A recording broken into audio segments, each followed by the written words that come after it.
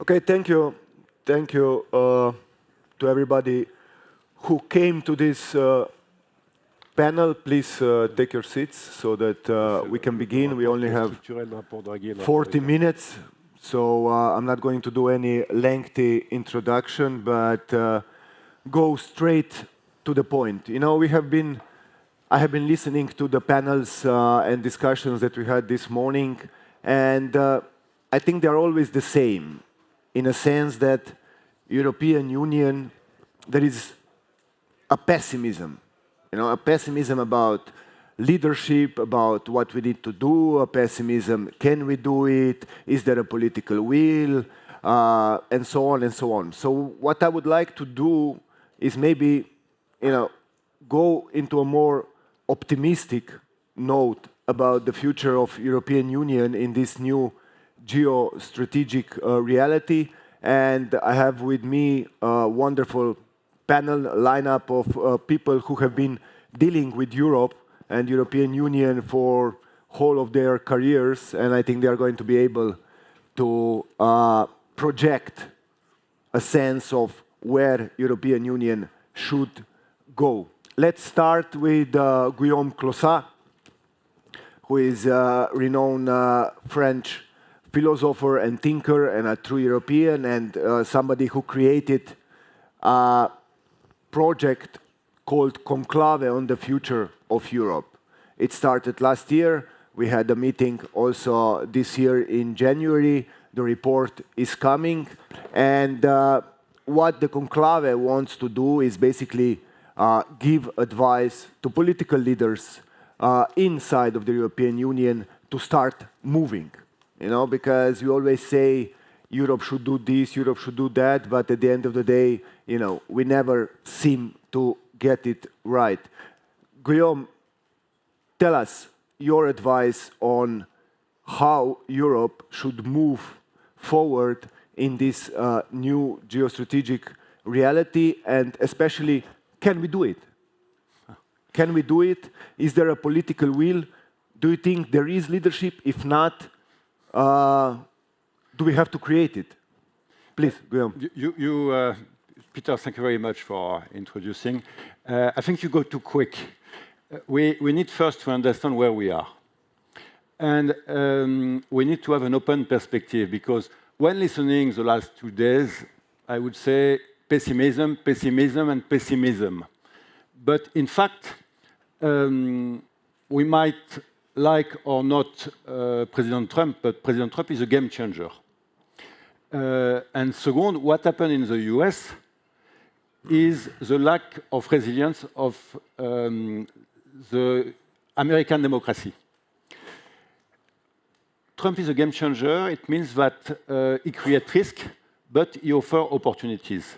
And what I see for us is opportunities, opportunities, and opportunities. Why is he creating opportunities? Because, in fact, by moving, he's changing all his partnership strategy. He's creating distrust. He's creating unpredictability. And all this, in fact, can be leveraged for the ones who are predictable, who are trustable, who are capable of resilient democracy. And if we think well, we speak about nationalism in our member state, we speak about populism, but where are the biggest places of nationalism and populism at the moment? Not in Europe. Not in Europe. They are in South America, they are in the US, they are in Asia, they are in Russia. But we have been much more resilient than anybody in the world. And we can speak about Orban, we can speak about some member states, but look at the 51 member states of the US, and how many are in populism? Most of them, 30 out. So, relatively, we are more resilient, we are more predictable, and we have better institutions. Okay, these institutions are balanced. Sometimes it prevents us from leadership, and this is a real issue. But now we are in a situation where we have a series of opportunity. And this opportunity regards the transformation of the EU into a global, sustainable, responsible power. And there is the appetence within the citizens of the EU. If you look at Eurobarometers, we are at the highest level the last 18 years of trust in Europe and expectation with regard to Europe. So we have the citizen with us, and this should be leveraged. Now, as you said, there is a question of leadership. I might say in many member states we have a good quality of leadership. We can take the example of Greece, of Spain, of some Nordic country, of Poland, and I could go on. The issue we have is the lack of collective leadership. How do we transform this? But this is, well, I have worked at the European Council. I was also special advisor at the Commission. We need people who are more capable to project themselves in the future. And for that, we need more forward-looking capacity, analysis capacity, and we don't have any more at the level of the European Council and at the level of the Commission these tools. So we need to equip, and this can be done very quickly. How? It's a decision. Madame von der Leyen, Monsieur Costa need to have the right people around them. And it's a matter of quality of people. And you have a lot of people of quality in this continent and in this union. But we need to change the entourage and have the courage, and I know that there are several former commissioners who are here, to upgrade the level of the game, to upgrade the level of collaborators, and this is very important. But what is good now is that Europeans have understood that they don't want to be anymore an observer, and they have to be a real player. And a real player in this world is a power. And what we want to be is not a power like the US or China or Russia, which are imperialist power. We want to be a global power, a superpower, but which is responsible, which is forward-looking, which is democratic. And this is very different. And for that, we need one basic thing, which is a power agenda, and this power agenda should not focus only on defense. Yeah. It should focus on defense and security, of course, on science and technology, and growth, on common goods, and I include research, education, culture, and democracy. And we have the resource to do that. Okay, so now we need to put that at the agenda.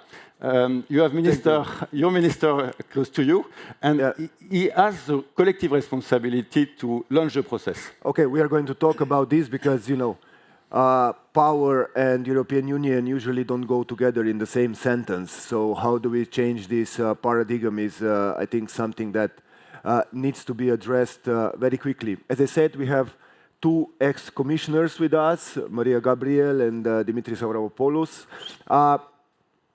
And I'm going to ask the same question to both of them. Maybe first to Mariya. If you would be a commissioner now, what would be your take on the future of European Union? Do you agree with Guilaume that there is an appetite to actually go much faster with the changes that we see in the past? Because, you know, we have been always talking about game changers in European Union. COVID was a game changer, energy crisis was a game changer, Russian aggression on Ukraine was a game changer, but we never seemed to actually deliver with these game-changing things that happened in the past. Why would now be different? Well, first of all, I think that actually there is a shift in our mindset. We need really not only to discuss, and that's already a fact, not only on budgetary lines, but also on strategic societal impact. Also, when we need to see what is the difference in comparison with 1 year, for example, I think that European Union is not anymore at the level of we need strategy, we need vision, we need ambition. We have them. It's very clear that we have these strategies, we have the ambition and the vision. What we need now is implementation, is acceleration. What we need is fast-track mechanism, from funding decisions to the decision-making itself. We need also clear responsibilities, who is doing what, because here we have competing interests between member states, between different structures. And we also need, I think, much more moonshot projects, because if you'd like to transform Europe into an attractive continent, we need to give this once-in-a-lifetime opportunity to many people that are looking at our continent. And I think that on one side, we are in the good direction. A recent example, two days ago, the European Commission published the AI Continent Action Plan. Everything is here, all the elements from our strengths, which are our large single market, is the high-quality research and science. It's also the thriving startup and scale-up ecosystem. Now it's really time to move. That's what we need, I think, bold decisions, rapid actions, and clear responsibilities. Who is the one who is going to say, let's move? Only a coordinated answer between the European Union Commission and member states could be with the real result. Otherwise, no one can take the lead in itself. So that's why, again, I think that we are witnessing a real change in the mindset of our member states. I think that we tend to insist on those that are always the troublemakers, but we also have a very beautiful examples of this jump that only together we can succeed. And it's really time to look what's happening in the world, not to stay focused on one or two single countries. We need the entire global south, we need Mercosur, ASEAN, we need definitely here to build our own approach and to look for like-minded partners, because above all, what is really the bedrock of our influence is the trust that countries and partners have in us. So let's use this in a more efficient way. Yeah, thank you very much, Mariya.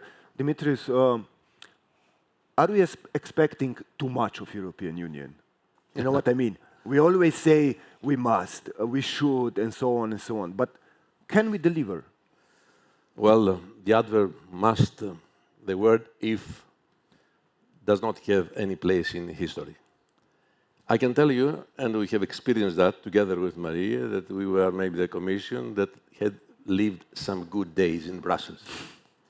Things have changed. Yes, it is true. All these successive crises have put in doubt the power of the European project. And it opened the door, in the way they were handled, to the populists who are undermining this European idea.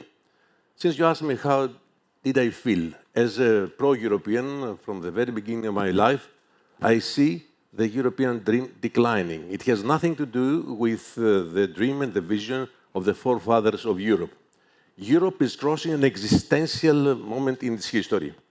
Talking about Independence Days, when I got the invitation to talk about it, I said, independence? Why? Are we in a sort of slavery? And we have to declare our war of independence against someone? And who is that someone? I think the answer is that the problem is within Europe. The national leaderships are not at the level of the circumstances. And the European leadership right now is looking inwards.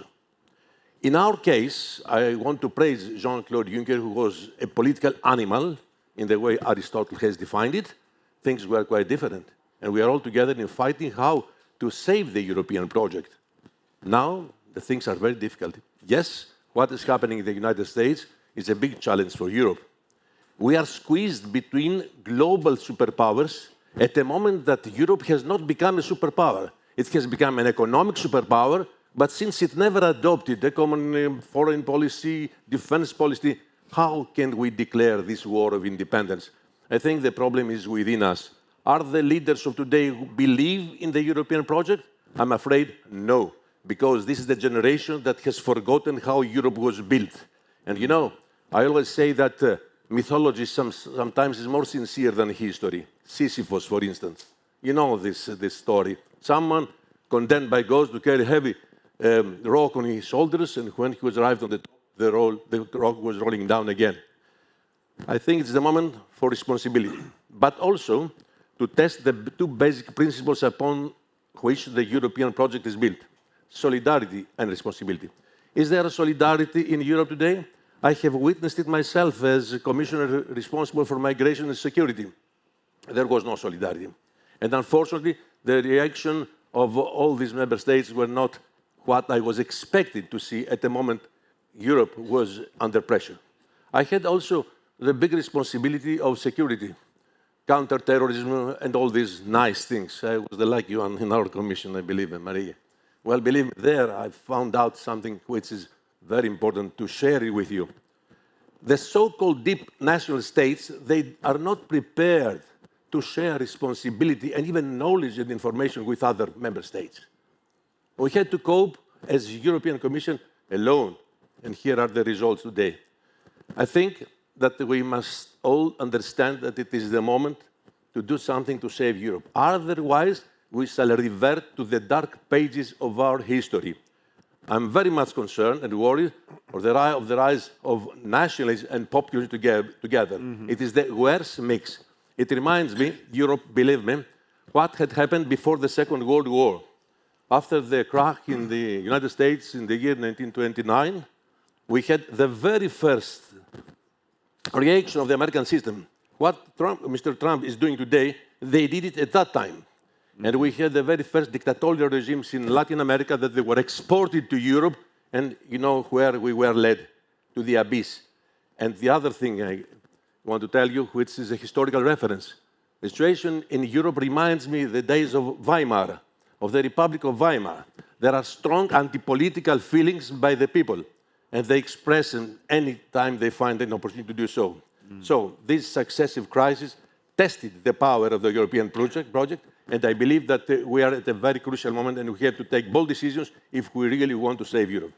There is one thing, I talked yesterday to my Indian friend, and he said the problem with the European Union is that we lost the appetite, we don't have hunger. Because all around us, the countries, the big global players, have hunger already from the past, like US, and then you have global players who discovered hunger to be global players, like India, like China, and so on and so on.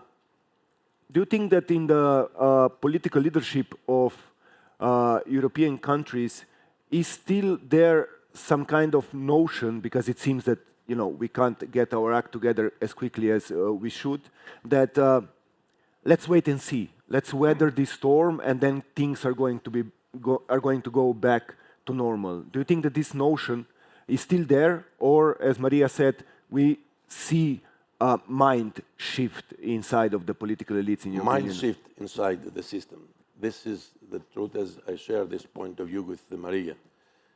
As I said before, I believe that the current national leaderships in Europe, most of them, they are not at the level, at the height of the circumstances.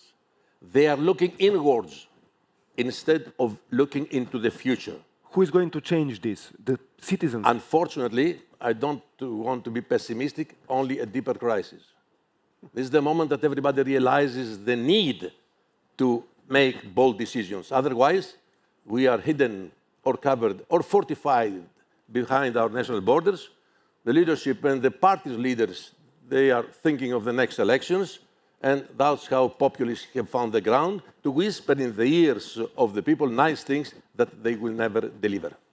Yeah, Mariya, and quickly. If we may tackle one of the elephant in the rooms, the decision-making process in foreign policy and all these crucial sectors that are now offering opportunities, because if we stick to the unanimity, I think that it's simply not possible. So that's why it's highly time to review the decision-making process in foreign policy, and we have to really not to be blocked but by only 1-2 countries that are not eager to advance. Yeah. Thank you, Guilaume. I see you just a moment. State Secretary, we talked a little bit yesterday, and you told me, you are now moving on from your current job as somebody who is sitting in the General Affairs Council for the last 3 years in European Union. You said, these councils are really boring, but they make the job done. And European Union, if you look at it from the outside, is really a boring kind of structure which slowly but surely, moves along. in the times where there was no crisis. But now we have an immediate crisis, maybe not as deep as Dimitri said, that we are going to move quicker. But do you see this mind shift inside of the European Union structures? I would hardly say that there's a mind shift. I mean, we are facing the different crises for years now. Every year there is a new crisis. Every couple of months there is a new crisis. So by boring, I meant that, yes, we do have a forum of 20, different forums of 27. We come there, we tell our speaking points to each other, and then we kind of wait for some outcome to be there. So what I'm missing, taking part there for a couple of years now, is really this decision-making ability of the Council, which is lacking. What exactly is the reason? I strongly agree is the crisis of leadership somehow. Because on one part, we do have a playbook. We wrote the playbook together with member states, European Commission. We know what to do. For every crisis, we mostly know what to do. Also, what's happening with the US now, it's hardly difficult to say it's a new type of crisis. We felt betrayed by the big partners a couple of times in the last years. Brexit, war in Ukraine, of course, betrayed by the biggest provider of energy to Europe, and so on. So it's not the first time that we are feeling betrayed. We know what the reactions should be, but how to implement those reactions, that's the most important questions. And yes, the 27 needs to do much more in order to convince the constituencies in those 27 member states to react to what is happening around us. And there's no other way as to empower the leaderships. And when speaking about the title of I really like the title, Europe's Independence Day.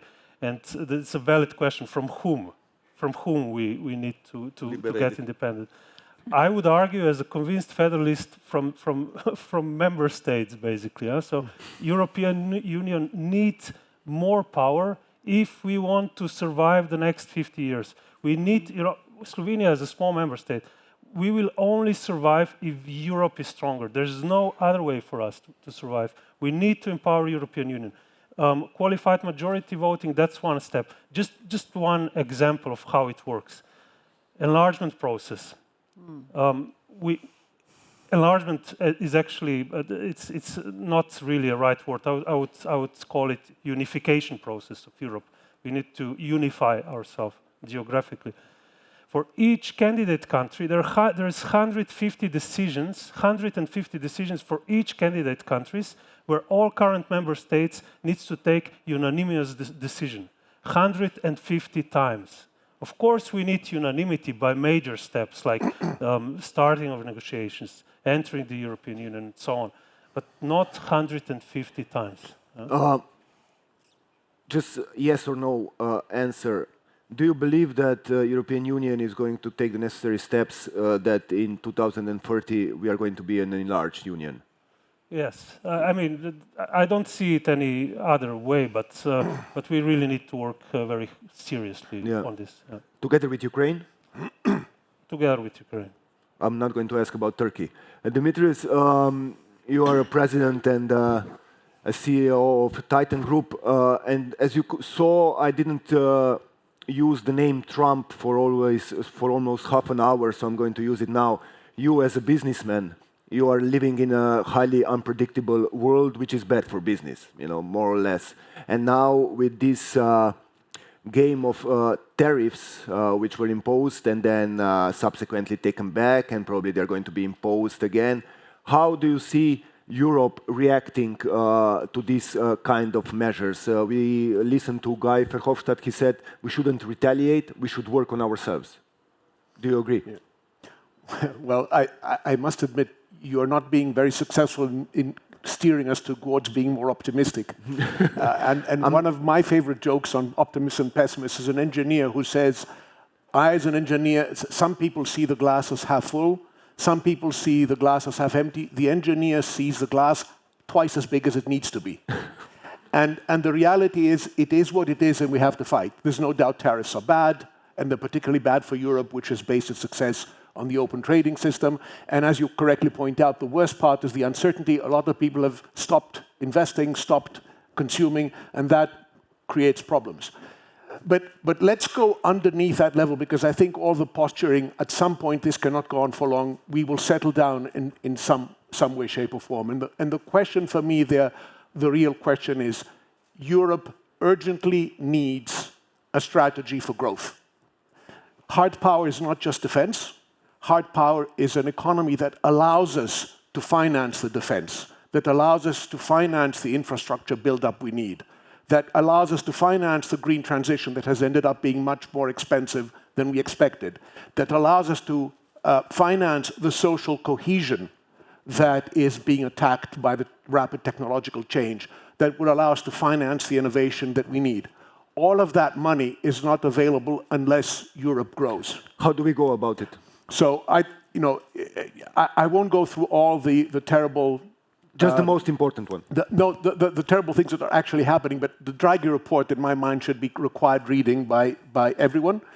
The question we have is and it comes back to the ability of Europe to make decisions and move ahead. A lot of what's in the Draghi report is not as painful as some of the other things we're discussing. Capital Markets Union, we've been talking about for years, it can go on. Perfecting the single market, as per Letta, is not that difficult. Drastically reducing regulation, if we mean it. But and I can go on. I mean, the industrial policy as proposed, the Clean Industrial Deal, is a declaration of intent. It doesn't really go any deeper. So it is not clear yet to me either whether Europe is continuing on its complacent incrementalism or whether it's willing to take bolder decisions. Mm-hmm. And I would argue that bolder decisions in the growth space, in the economy space, are easier to get, and we should get them. My concern is that all the political oxygen in Brussels and Paris and Germany is taken by Trump and Ukraine and defense, and there's no political oxygen left to implement the Draghi and Letta agendas.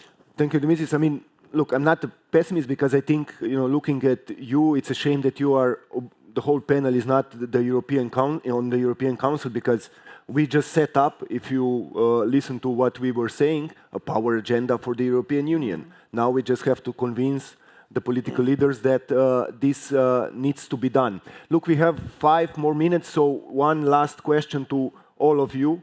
Please be short, that the organizers are not going to throw us out.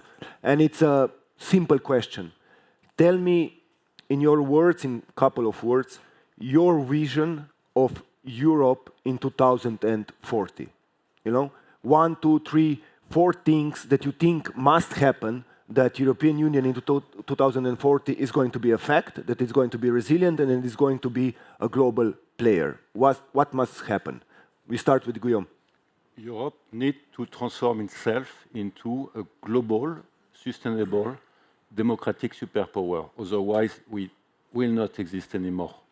And there is appetite for that, but we need to have a clear power agenda. We need to have a clear growth agenda. We need courage from the European Commission, because now I might say the proposals which are on the table are not at the level, and the Commission is in charge, so they are responsible for that. It's not the Council. And we need more pressure and more commitment from society. And when I speak about society, I speak about political leaders, I speak about business leaders, I speak about civil society, I speak about thinkers. We have the mindset, we have the intelligence in this continent, we need to leverage it, because we are too passive, we are too reactive, and we should be proactive, and we should dictate the agenda, because what we have said is every day President Trump has a program in order for us to focus on his program and to react. We should change the deal, because this is a plan. and this plan is not acceptable, and we are accepting it. So the first thing is not to accept that our agenda is defined by somebody else. And if we want to be independent, we should have our own agenda. We have only a reactive agenda, and all around the table, we want to have a proactive power agenda. Okay, thank you very much. Dimitris.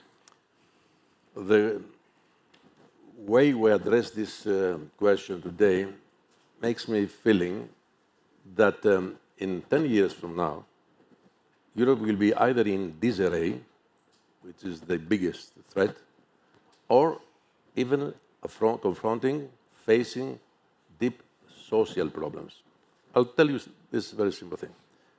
Brussels announced that they will allocate something like 500 billion euros for defense. 800. 800, it's even worse. Tell me something.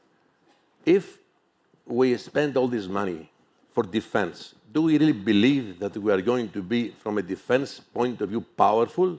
No, because member states will keep following their own national path.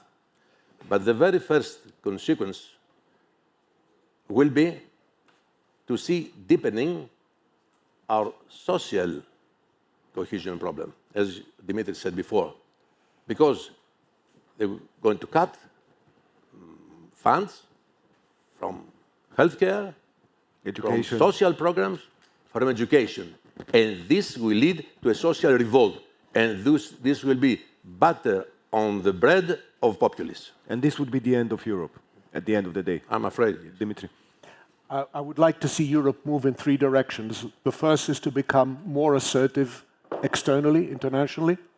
The second is, as was pointed out earlier, to become more federalist. We cannot survive against the US and China if we remain as we are. And the third is to embrace entrepreneurialism more. In Europe, we still have a deep-rooted aversion to entrepreneurism that's harming us. So cutting the regulation. Not only. No. Embracing entrepreneurism is much more than a regulation. Mariya. Well, from my side, I would like to see a European Union that is saying clearly what we offer, and we are saying very, very well what are our strengths to give them much more visibility. Let's not forget, we didn't mention, but we have also diversity culture. We have something extraordinary. But I would also like to see a European Union that is building a demand. Because for me, the balance that we are offer and demand, that's the best way to survive in this very, very dynamic world. And we have now to build this demand, because we have agile procurement, we have full integration into strategic projects, faster market access, and that's for me the key elements of to be power. So I very much support, it's not a surprise, we are together in the European Conclave with Guilaume. Yes, Europe more than ever need to be a responsible, sustainable and global power.